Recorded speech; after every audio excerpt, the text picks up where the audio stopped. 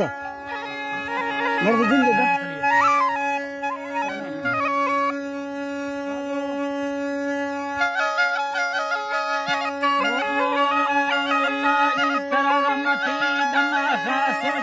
शहर प्यार खुदा तंगे दिला बिला नलो समय अंसरो दुख हिरते किसवा मझटे वतना चरे तो ध्याता मची सो हवाए दिल में गनो के चुसिंदा कोहा नवी पाड़ा से कब तो चढ़ा पंचारनी रोशे धर्म किल्लारो मत चुकड़ोला फल तो झट्टे दिला सवदा से आदि गानो बंदाए दिली बंदाए दिली मुल्का फेराना नागम वंडे मिलते जक्किदो रूमी पुते गो कंदे आए जेना मनत दातो तलक फिरे तबरो बेते हम वस्की अडोला गुरकु तो दिन दास्त गट्टे पंघराम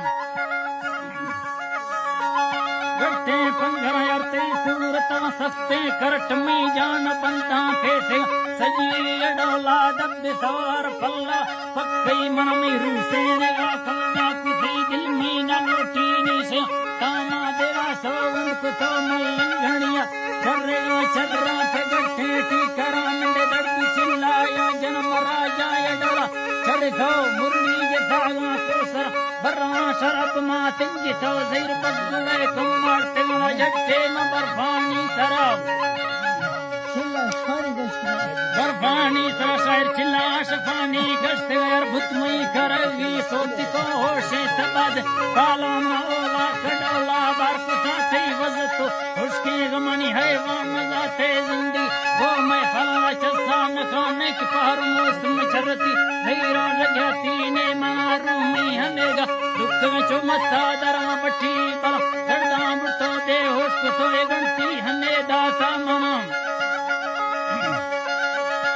दाता ममको बुजुर्गानी दरा निंदा मजाए दरगाह मडाही अडला खुल्क सादा सरक साधी मुर्शिदा आको मसाई दर पारा फाला रड़ितो कप्ते मगस्तो दुनिया मुर्शिद मगो तागु दाही अकल मारता न लोटा मिलकत साली रज़िकानी ने सोना यडीला सोत को खुश दीला सोत को मदोरो खडोला खिंजियाए सच्ची वलियो ओले आगों कातियां तंगे दिला पीरा रवावा चाड़ नेगा कुठाई स्त्री मना पोली तबरो सच्चे दिला मंदे तारा साथा दिया सोवा शमोला संबट खुशी दिला प्यार भी फिगा बाना मलंगा नीक को मति फुल्लो धागा बस्ते सोटा मजब सागर तेरा उस्यादेगी फंदा जाना काया चोल कानी भर चरना मनारा या जन्म गश्तों फकीरे या बड़े फकीरे या बड़े मशे किस्मता सिद्धा कन कसे मना कांता सिवा कसे गति गिल्ला ये काजू मदस्ता चरतो यार बाजे नजीरा कष्टेगा मैं कुश्तड़ी था फुक जाना गोरता चावला मती देरा ता पक्कद मांधा नया मा पैसवा महीना रवल हस्त मैदानी मुर्गा